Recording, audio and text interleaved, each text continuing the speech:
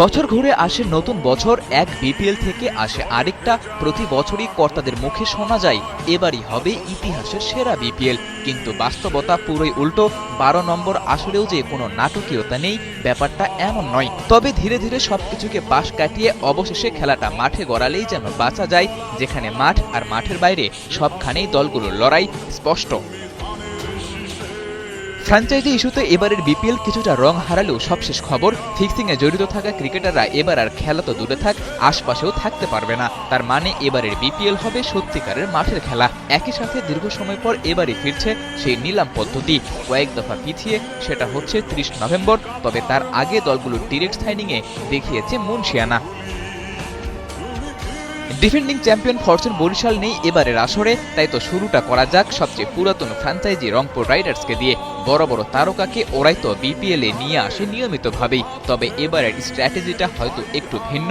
আর তাই তো নিলামের আগে এখন পর্যন্ত ওদের সাইনিং বলতে কেবল 2 দেশি তারকা, নুরুল হাসান সোহান আর মোস্তাফিজুর রহমান। গেল বিপিএলে মাঠের পারফরমেন্সটা আশানুরূপ না হলেও ব্র্যান্ডিং দিয়ে মন কেড়েছিল ঢাকা ক্যাপিটালস। এবারের আসরে আগে ভাগে প্লেয়ার কিনে দিয়েছে চমক। দেশিদের মধ্যে তাসকিন আর সাইফকে করিয়েছে ডিরেক্ট সাইনিং, সাথে বিদেশিদের তালিকায় আছে অ্যালেক্স হেলস আর ওসমান খান।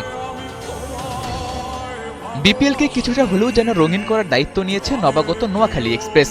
শেষ মুহূর্তে কুশল মেন্ডিস আর জনসন চার্লসের মতো হার্ড হিটারকে টেনেছে তারা, সাথে আছে সৌম্য আর হাসান মাহমুদ। পিছিয়ে নেই আরেক নবাগত সিলেট টাইটান্স।